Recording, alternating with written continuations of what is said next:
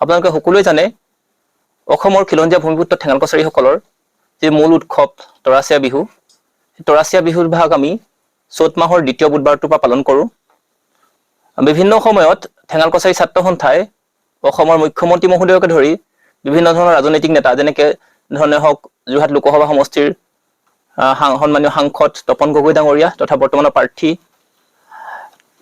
লগতে লখিমপুৰৰ পৰা আমাৰ লখিমপুৰ জিলা ছাত্ৰ সন্থাই লখিমপুৰৰ সাংসদ প্ৰদান বৰুৱা আৰু লখিমপুৰ সদৰ সমষ্টিৰ সাংসদ মানৱ ডেকা ডাঙৰীয়াকে ধৰি বিভিন্ন সময়ত তেওঁলোকক আমি স্মাৰকপত্ৰ প্ৰদান কৰি ঠেঙাল কছাৰীসকল যি মূল উৎসৱ তৰাচিয়া বিহুক স্থানীয় বন্ধ হিচাপে ঘোষণা কৰিবলৈ দাবী জনাই আহিছোঁ। কিন্তু আজিলৈকে ইয়াৰ কোনো ধৰণৰ সফল পোৱা নাই। তেওঁলোকে যদিও আশ্বাস দিছে অহা ২৭ তাৰিখে আমাৰ চ'ত মাহৰ দ্বিতীয় বুধবাৰ পৰিছে, গতিকে উক্ত দিনটোত আমি সদৌ অসম ঠেঙাল কছাৰী ছাত্ৰ সন্থাই তৰাচিয়া বিহু যিহেতু পালন কৰা হ'ব, গতিকে উক্ত দিনটোত আমি সদৌ অসম ঠেঙাল কছাৰী ছাত্ৰ সন্থাই স্থানীয় বন্ধ হিচাপে যোৰহাট জিলাৰ লগতে যোৰহাট, ধেমাজি, গোলাঘাট, লখিমপুৰ আদি ঠেঙাল অধ্যুষিত প্ৰত্যেকখন জিলাতেই স্থানীয় বন্ধ ঘোষণা কৰিবৰ বাবে অসম চৰকাৰক দাবী জনাইছোঁ। ইয়াৰ সমান্তৰালভাৱে ঠেঙাল কছাৰীসকল যিহেতু এনেকুৱা এটা জনগোষ্ঠী যাৰ নেকি লোকসভা, বিধানসভা বা ৰাজ্যসভাত কোনো ধৰণৰ প্ৰতিনিধি নাই, গতিকে যিহেতু সমাগত নিৰ্বাচন আমি যোৰহাট লোকসভাৰ পৰা প্ৰতিনিধিত্ব কৰা দুইজন প্ৰতিনিধিক সন্মানীয় দুইজন প্ৰতিনিধিক আমি আহ্বান জনাব বিচাৰিছোঁ যাতে তেওঁলোকে আমাৰ জনগোষ্ঠীটোৰ বিভিন্ন ধৰণৰ যিসমূহ মূল সমস্যাসমূহ এই সমস্যাসমূহৰ ক্ষেত্ৰত যাতে তেওঁলোকে মাত মাতে। বিভিন্ন সময়ত আমাৰ ঠেঙাল কছাৰী জনগোষ্ঠীটোক ৰাজনৈতিকভাৱে উপেক্ষা কৰা দেখা যায় আৰু আমাৰ যিসকল আমাৰ ৰাজনৈতিক নেতৃত্ব তেওঁলোকেও আচলতে সবলভাৱে তেওঁলোকৰ আমাৰ সমস্যাসমূহক যেনেদৰে ৰাজনৈতিক মঞ্চত উপস্থাপন কৰিব লাগিছিলে তেনেদৰে কৰিব নোৱাৰাত যথেষ্টখিনি কোনো এটা ৰাজনৈতিক দলে আমাক আচলতে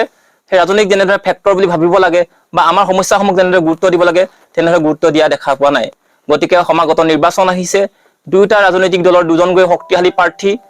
গৌৰৱ গগৈ ডাঙৰীয়া, তেখেতৰ প্ৰয়াত পিতৃ তৰুণ গগৈ ডাঙৰীয়াৰ প্ৰতি আমাৰ যথেষ্ট আৱেগ আছে।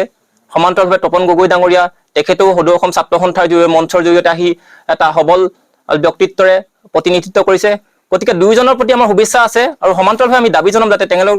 কছাৰী জনগোষ্ঠীৰ যিসমূহ মূল সমস্যা, বিশেষকৈ ঠেঙাল কছাৰী জনগোষ্ঠীটোক ভাৰতবৰ্ষৰ সংবিধানত ঠেঙাল কছাৰী হিচাপে অন্তৰ্ভুক্ত কৰা,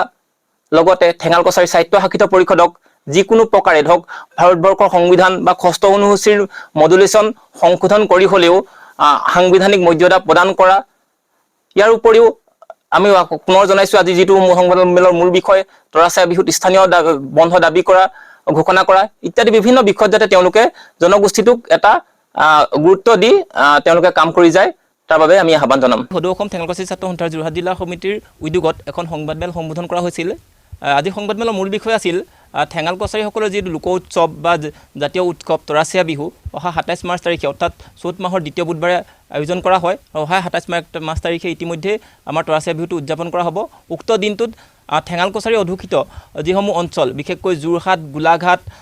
ডিব্ৰুগড়, লখিমপুৰ আৰু ধেমাজি এই অঞ্চলসমূহ যাতে স্থানীয় বন্ধ দিয়ে তাৰ দাবী জনোৱা হৈছে। ইয়াৰ সমান্তৰালভাৱে ঠেঙাল কছাৰী জনগোষ্ঠীসমূহৰ যিসমূহ মূল বিষয় আছিলে 1990 চনৰ পৰা ঠেঙাল কছাৰী সংগঠনে দাবী কৰি আহিছিলে যে ঠেঙাল কছাৰী জনগোষ্ঠীটোক ভাৰতবৰ্ষৰ যিসকল জনগোষ্ঠীয় তালিকা বা জনজাতিৰ তালিকা তাত ঠেঙাল কছাৰী হিচাপে অন্তৰ্ভুক্ত হ'ব লাগে। এই ক্ষেত্ৰত কিন্তু চৰকাৰে বিহিত ব্যৱস্থা ল'বৰ বাবে ঠেঙাল কছাৰী ছাত্ৰ সন্থাই আজিৰ সংবাদমেলত দাবী জনাইছে। ইয়াৰ লগতে ঠেঙাল কছাৰী সাহিত্য শাসিত পৰিষদক কি কয় এটা সাংবিধানিক মৰ্যাদা অসম চৰকাৰে এখন আইনৰ আওতাৰ পৰা বাহিৰ কৰি এটা সাংবিধানিক পদমৰ্যাদাসহ বা সাংবিধানিক মৰ্যাদাসহ এখন সাহিত্য শাসিত পৰিষদ গঠন কৰিবৰ বাবে ঠেঙাল কছাৰী ছাত্ৰ সন্থাই আজি ইয়াৰ জৰিয়তে দাবী জনাইছোঁ। ইয়াৰ সমান্তৰালভাৱে ঠেঙাল কছাৰী সাহিত্য শাসিত পৰিষদৰ বিশেষকৈ সমষ্টিসমূহ পুনৰ নিৰ্ধাৰণ কৰি জনগোষ্ঠীটোৰ লোকসকলক যাতে অধিক গুৰুত্ব পায় এনেধৰণৰ ক্ষেত্ৰত এটা বিহিত ব্যৱস্থা গ্ৰহণ কৰি যিসকল ঠেঙাল কছাৰী লোক সকলো যাতে ঠেঙাল কছাৰী সাহিত্য শাসিত পৰিষদৰ আওতাত আহে বা জনগোষ্ঠীটোৰ লোকসকলে যাতে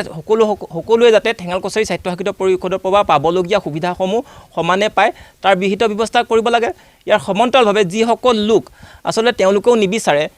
ঠেঙাল কছাৰী সাহিত্য শাসিত পৰিষদৰ আওতাৰ বাহিৰত থাকিব বিচাৰে তেওঁলোকক